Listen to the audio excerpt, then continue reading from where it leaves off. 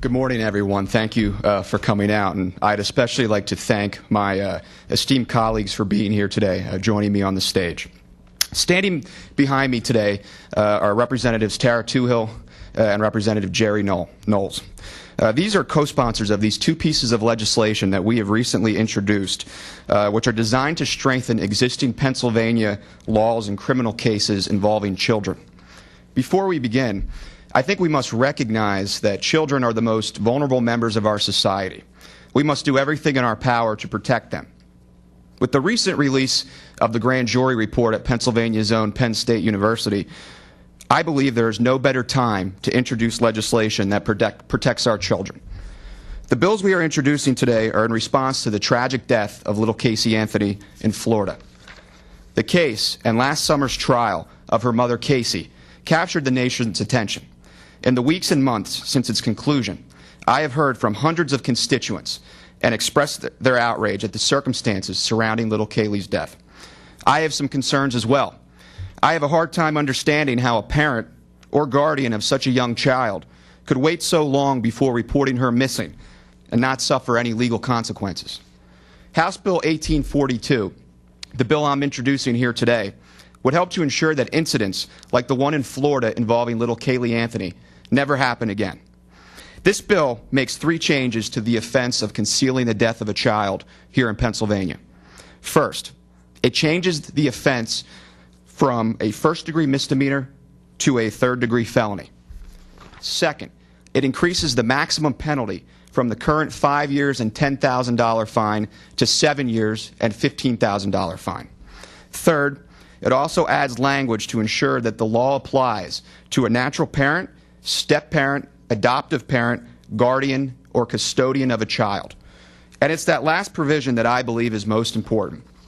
That last provision closes a possible loophole in the current law, which prohibits a person from concealing the death of his or her child, which could be interpreted as applying only to the biological parents of that child. This change makes it clear that anyone in a position of legal responsibility for a child is committing a crime if he or she conceals the child's death. Now I'd like to introduce my colleague, State Representative Tara Toohill, to talk about her legislation that is part of the Kaylee's Law package that we are introducing here today. After that, both of us would be happy to answer any of your questions. Thank you.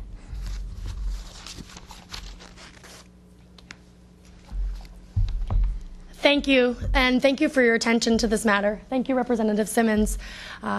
It's so important that we're here today to bring attention to our children because they are our greatest treasure. I want to thank Representative Simmons for his leadership on this matter and on these legal issues that surround protection of children in Pennsylvania. Right away after the incident with Kaylee Anthony and her mother, Casey, being released from the prison and going virtually unpunished for in that case, we had received a huge public outcry. And the protection of our children from lawlessness and abuse is paramount above all else. We are striving through the tightening of our child protection laws to make sure all safeguards are taken to protect those who cannot protect themselves. In my bill, which is a companion piece to Representative Simmons, the legislation amends Title 18 regarding false reports to law enforcement authorities, and it changes the grading of these offenses. Currently, it is a misdemeanor of the second degree to provide false information to law enforcement with the intent to incriminate another. It is a misdemeanor of the third degree to report an offense of an incident knowing that it did not occur or by pretending to furnish information when the actor has none. And both of these incidents, both of these facts were something that had occurred in the Florida case. My bill will make it a third-degree felony for a parent to provide false information to law enforcement under the circumstances described if the information relates to a felony criminal investigation involving that minor child. It will define parent to include a natural parent, step-parent, adoptive parent, guardian, or custodian, anyone basically that is in loco parentis. And it is a very important piece in Representative Simmons' bill, as he mentioned, that the closing of that loophole is very important. So it's not just a biological parent that would be implicated there. This bill deals specifically with false reports to law enforcement, and it's important that the House move on these child protection laws, that these laws be implemented in Pennsylvania so that the atrocities that occurred in Florida and the atrocities that occur against children in the state of Pennsylvania can be stopped, and also that they are deterred from occurring here because we're going to punish it so severely. I'd like to thank you for your time, and we'd like to take questions if anyone has questions out there in the audience on these bills or any other issues in particular. Do you see these two measures possibly getting worked into some kind of legislative response to what we heard going on at Penn State? Yeah, absolutely. I mean, the timing of this is actually just coincidental. Tara and I had been working on this this summer. We started right when this case went down in Florida. But I think this would be great to include in a package. Anything that protects our children, I think, is good law and good policy. Has anything like this happened in Pennsylvania that we know of? You know, of parents misleading investigators or anything that, you know, besides just the Florida case, anything happened here? I have not had in my district a direct correlative event, but the problem is that we need to prevent these types of situations from occurring, and I think that the fact that if the standards in Florida had been stricter, then there would have been some sort of punishment, that you wouldn't be able to just go for 30 days with your child missing and not be held accountable for that. And in Pennsylvania, we're going to make sure that in Pennsylvania, the parents are accountable, and it is only going to increase the safety for the children. In this case, had the police officers had compliant witnesses, you know, it's undetermined when the child actually died.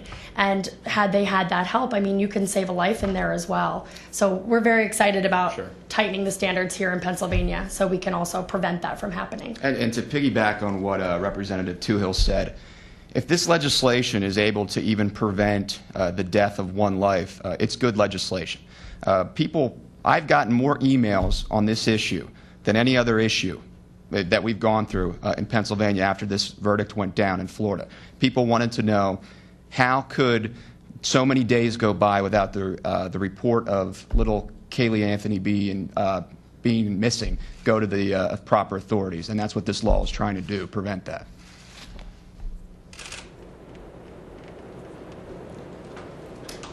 Okay, thank you. Appreciate it. Thank you so much. Thanks for coming out. Do you want to talk about yours? Before we go, Representative Jerry Knowles is here from Schuylkill County, and he wanted to make a few brief comments. Thank you, Representative Toohill.